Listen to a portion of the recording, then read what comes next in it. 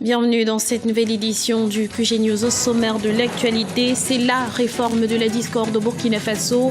Le gouvernement a décidé de soumettre à l'Assemblée nationale un projet de loi visant à organiser un référendum pour modifier la Constitution. Le président Blaise Compaoré s'est pour la première fois exprimé à ce propos au micro d'Africa 24. Élections législatives sur fond de crise et de chômage au Botswana. Près de 824 000 électeurs sont appelés à choisir leurs députés. Puis, direction la Guinée équatoriale à la découverte de la Tour de la Liberté de Bata. Ce monument construit en 2011 est aujourd'hui un emblème de la capitale économique. Au Burkina Faso, le chef de l'État, Blaise Compaoré, a mis fin aux supputations en annonçant sa volonté de réviser l'article 37 de la Constitution relatif à la limitation du nombre de mandats présidentiels. Le projet sera soumis aux députés le 30 octobre prochain. Ce projet de loi, s'il est adopté, permettra la convocation d'un référendum. L'opposition promet de s'opposer à ce qu'elle qualifie de fraude à la Constitution. Et pour la première fois depuis le début de cette procédure, le président Blaise Compaoré s'est exprimé sur ce dossier. Il a accordé une interview exclusive à Africa 24 dans le cadre de l'émission Face à nous. Quelques extraits de cette grande interview dans ce sujet de nos envoyés spéciaux à Ouagadougou, Djibril Fofana, Wendiam Valentin Compaoré et Paul de Singwe. Au Burkina Faso, le processus de révision de la Constitution est engagé. Il concerne principalement l'article 37 relatif à la clause limitative du mandat présidentiel. Le nouveau projet de loi sera examiné par les députés le 30 octobre prochain. Désormais, le président de la République est élu pour 5 ans et rééligible 2 fois. Ce projet de loi inscrit également l'article 37 au chapitre des articles non révisables de la future Constitution. Mais au sein de l'opinion publique, des questions se posent sur l'opportunité de cette initiative à seulement 1 an de la prochaine élection présidentielle.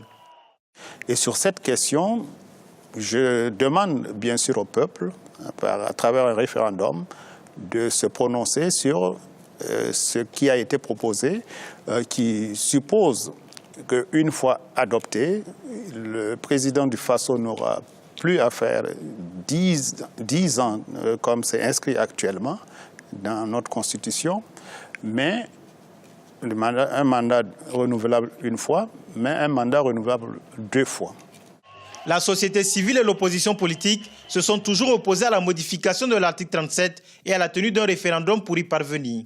Si le projet de loi est adopté, un référendum sera organisé dans les prochains mois. Seulement, cette hypothèse est de plus en plus improbable.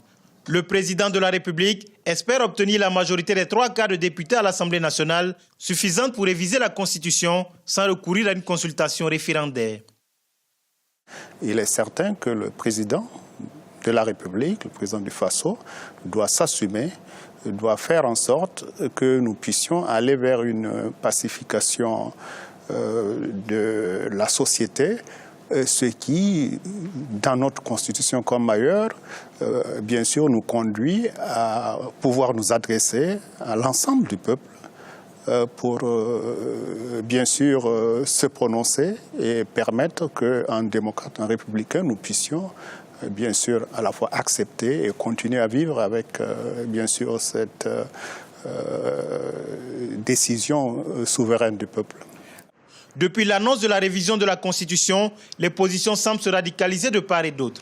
Le pouvoir brandit l'argument de la légalité constitutionnelle, tandis que l'opposition parle de fraude à la Constitution.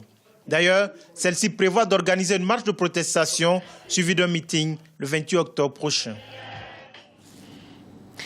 Dans l'actualité également, élections législatives au Botswana. Les électeurs ont commencé ce vendredi à voter pour ce scrutin qui devrait reconduire au pouvoir le parti qui dirige le pays depuis 1966, malgré une poussée de l'opposition qui dénonce le chômage et les effets de la crise mondiale.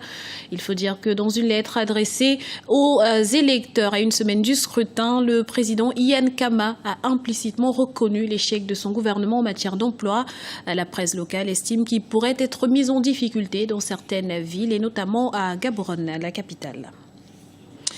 En bref, Dakar, la capitale sénégalaise, s'apprête à accueillir le 15e sommet de la francophonie les 29 et 30 novembre prochains. Le président Macky Sall a inauguré ce jeudi à Diamniadio le nouveau centre de conférence qui abritera l'événement. Plus de 57 milliards de francs CFA ont été mobilisés pour sa construction. Avec 60% de terres arables inexploitées, l'agriculture africaine est un véritable défi à relever. Remettre ce secteur au cœur des politiques africaines semble donc nécessaire pour atteindre l'autosuffisance alimentaire, mais également pour lutter contre le chômage en Côte d'Ivoire. Les autorités misent donc sur l'agriculture et notamment sur la culture du riz pour favoriser le développement du pays. Ibrahima Ndiaye. L'autosuffisance alimentaire est l'un des défis les plus importants auxquels fait face l'Afrique. Pour trouver une réponse à cette problématique, plusieurs États du continent commencent à remettre l'agriculture au centre des politiques de développement. La Côte d'Ivoire cherche désormais à devenir le plus grand producteur de riz en Afrique de l'Ouest. Pour relever ce défi, le gouvernement, mais également les entreprises privées, investissent massivement pour revitaliser le secteur risicole. Les ambitions vraiment de la Côte d'Ivoire, c'est d'être le grenier de toutes ces sous-régions-là. Et à partir de 2016-2017, dans le 2018, dès l'instant où on a mis en place le stock régulateur, le stock de sécurité, automatiquement on doit pouvoir satisfaire cette demande-là. Du fait de la position de la Côte d'Ivoire, à lui et moi, dans un certain nombre de... Les gens, la sous-région compte sur nous et nous on a la capacité de le faire. Une fois depuis près de 30 ans, on a diminué les importations Côte d'Ivoire sur l'année suivante, l'année précédente, d'environ 35%. Je pense que l'élan va se continuer encore en 2014. Nous sommes en train de regarder les chiffres. Je pense que d'ici à la fin de l'année, on sera à peu près dans les mêmes chiffres. Des initiatives ont été prises par le gouvernement, comme la distribution de semences à haut rendement aux agriculteurs, mais également le financement de nouvelles zones de production et de systèmes d'irrigation. Des mesures saluées par la population. Le riz, on est content de faire le riz. Parce que ça, c'est notre travail. Nous, on ne fait pas cacao ni café. Diversifier l'agriculture est devenu une priorité pour le plus grand producteur de cacao dans le monde. Quelques 477 milliards de francs CFA sont investis dans la période 2012-2016 afin de développer l'industrie du riz et de créer des emplois. De la culture pour clôturer cette édition, si Paris a sa tour Eiffel, New York sa statue de la liberté, Bata, la capitale économique de la Guinée équatoriale, a elle sa tour de liberté. Installée depuis 2011, elle est devenue un lieu de distraction privilégié. Découverte dans ce reportage notre correspondant en Guinée équatoriale, Serge Kofi. C'est un monument qui s'impose depuis 3 ans à la vue des citadins de Bata, la capitale économique de la Guinée équatoriale. La tour de la liberté sur le front de mer ne passe pas inaperçue et laisse tout visiteur curieux. Un édifice qui offre le bonheur d'une promenade pédestre en fin de semaine tout en témoignant des changements en cours dans le pays. Près de 5000 visiteurs par an dans ce monument emblématique de la ville encore méconnu par les citadins de la ville.